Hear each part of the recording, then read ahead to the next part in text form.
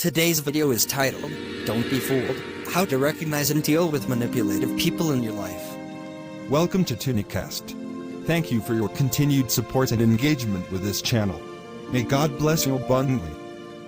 Have you ever trusted someone deeply for God's sake, only to feel the sting of betrayal when their true intentions were revealed? Not everyone who appears kind has your best interest at heart. Some wear charm as a disguise for manipulation. It's time to unmask the wolves hiding in sheep's clothing, protect your peace, and take back control of your life. What do we do now? I was only doing it for our future together and never knew they had ulterior motives. You always blame others and never yourself. I warned you to change your ways, but you refused, insisting that you had things under control. Now, you have been banished from the town. What happens to our engagement, and where will you go from here? I don't know exactly where to go from here, but I will figure it out somehow. As for our engagement, trust me, you don't have to worry. I'm coming back for you, rich, to fulfill my promise by God's grace. And all who conspired against me after I helped them will be put to shame. Are you sure about that?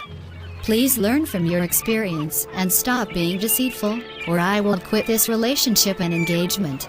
It's alright, I will do anything to make you happy. Please, come here.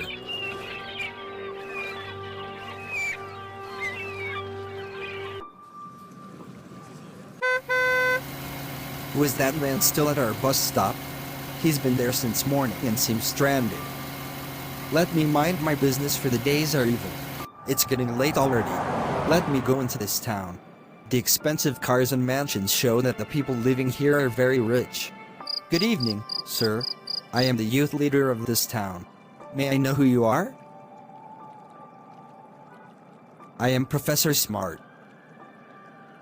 I saw you earlier this evening on my way back from work at the bus stop, and now you're here alone too. What seems to be the problem? I am new to this town.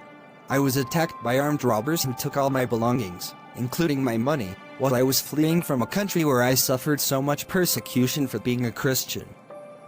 My God.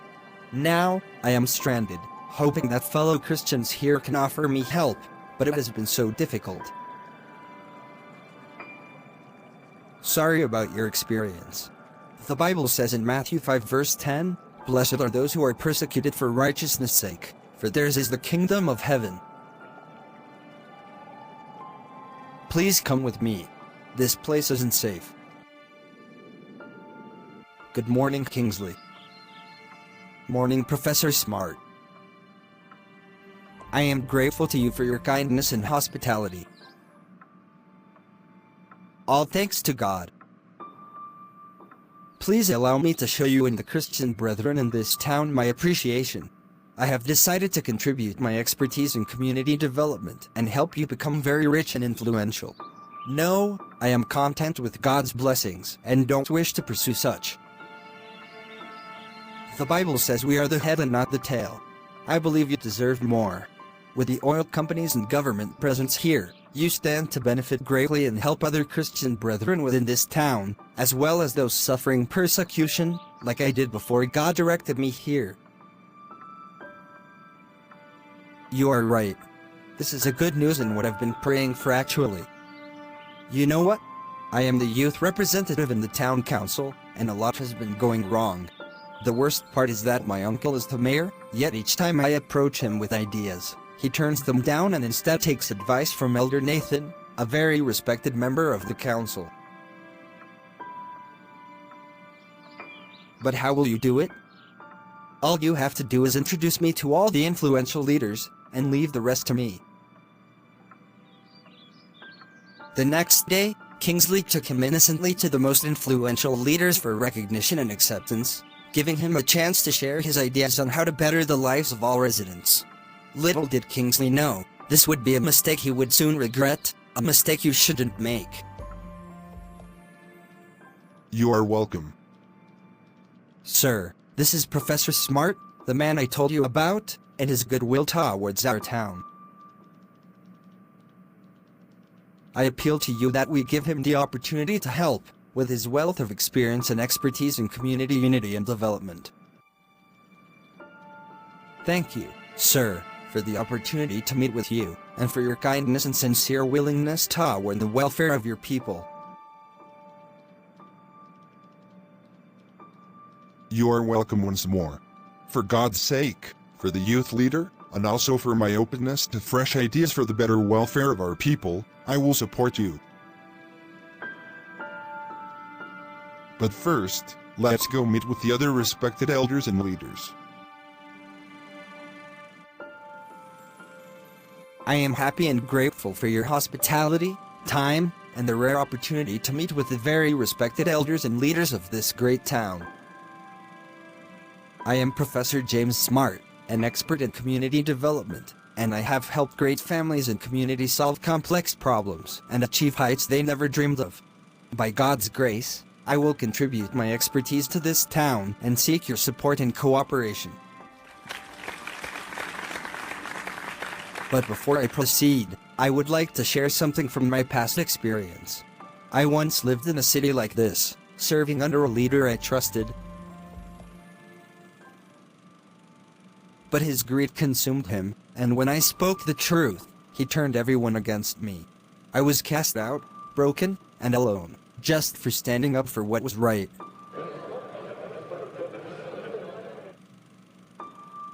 Elder Nathan, with all due respect, reminds me so much of him. I pray I'm wrong, but please, be watchful. Don't let history repeat itself. No, it won't repeat here. We are God-fearing people, but we are not fools. This brief tale paints Professor Smart as a victim while subtly casting doubt on Elder Nathan. Approaches the leaders, his tone gentle but urgent. I've noticed some things that could really improve life here.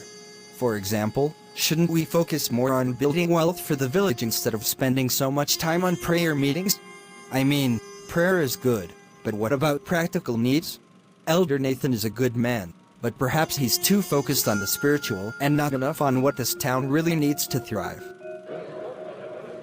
I only say this because I care. I want to see this town prosper, but it's up to all of you to take the steps that your leader might not see. Don't you think it's time for some fresh ideas? You are very correct. It's the way to go. Professor Smart's advice, disguised as care, sows doubt about Elder Nathan's leadership, making the leaders question their priorities and feel uncertain about their path. He then moves quietly among the villagers, speaking in hushed tones. To Leah, he says, I decided to visit you privately, Mrs. Leah, because you understand what your people stand to benefit. Moreso, I overheard Jonah saying you're too unreliable to handle important tasks. I thought you should know, he doesn't appreciate your efforts. After Leah, he approaches Jonah, feigning concern. You are welcome to my house.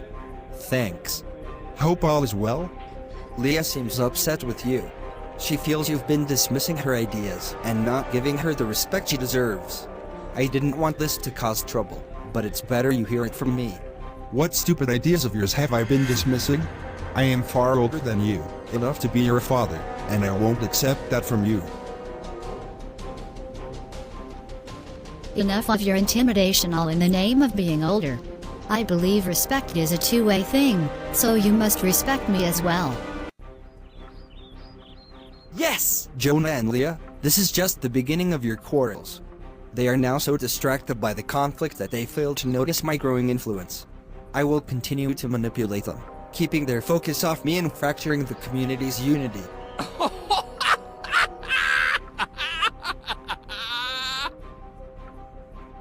After winning them over completely, I will make them appoint me as the town liaison representative to the oil companies and government establishments, make a lot of money, and return to marry the love of my life. Professor Smart carefully studies the town leaders, finding their weaknesses like cracks in a wall. To Leah, who often feels unworthy, he whispers, Thank you for noticing in such a short time and looking out for me. I will send you some money and gifts. See it as my way of saying thank you. But for now, let's eat while you tell me why you called. I'm going to be quick about this. Elder Nathan overlooks you because he doesn't see your potential. You deserve recognition, but no one here seems to value you as I do. Leah begins doubting herself even more, seeking validation in the wrong places. To Jonah, desperate for acceptance, Professor Smart says, "You're the only one brave enough to stand by me. If you don't speak up for what's right, who will? The others are too afraid. Please think about it and act now. I will be on my way now." I will think about it, and thank you for sharing this with me. I have to align with him, or I will lose out. He means well for my family. But how do I do it? I don't feel good about it. By exploiting their insecurities, Professor Smart weighs Leah and Jonah down with doubt and obligation, making them tools in this plan, while they remain unaware of his true intentions. God revealed through prophecy that there is a wolf in sheep's clothing amongst us, and with the voice of Jacob brought the hand of Esau during the general fasting and prayer yesterday, which you refused to attend with some of the leaders now loyal to you. In tomorrow's meeting, you have to tread carefully. Mareso, I think you should stop the mind games already. It's been 10 months now, and all you promised are not forthcoming. Some leaders are now saying a lot about you. Please, it's not what you think. How do I bring this growing rumor and suspicion under control? Tomorrow is a strategic day for me. How do I win over Elder Nathan? He is the only one standing in my way now. What should I do? I need to act fast. Yes! I know what to do. I hate him. I strongly believe Kingsley conspired with the fraudster called Professor Smart. He can't claim innocence. He's a liar and thinks we are foolish, but very soon we will teach him a lesson. I want you to put an end to what has been happening in the town among believers. We are known for godliness, peace, and unity. In your meeting today, make sure it is addressed and resolved. Yes, my king. Your time is already ticking. Stay tuned for part 2 to discover how, after uncovering the manipulation, they confronted Professor Smart with wisdom, dismantled his schemes, and restored unity. Witness how they navigated betrayal, set firm boundaries, and maintained healthy relationships, proving that true strength lies in discernment and courage. You won't want to miss what happens next. Recognizing and addressing manipulative behavior is not just about protecting yourself but also about honoring the truth and walking in freedom. The Bible reminds us in Matthew 10:16 to be wise as serpents and harmless as doves. By seeking God's wisdom, you can discern the tactics of manipulation, stand firm in His truth, and break free from their influence. Trust in His guidance to help you build relationships rooted in love, honesty, and integrity, reflecting the light of Christ in all you do. Thank you for your support. If you've been blessed by this, please consider subscribing, liking, commenting, and sharing to others. Till we come your way again, God bless you abundantly.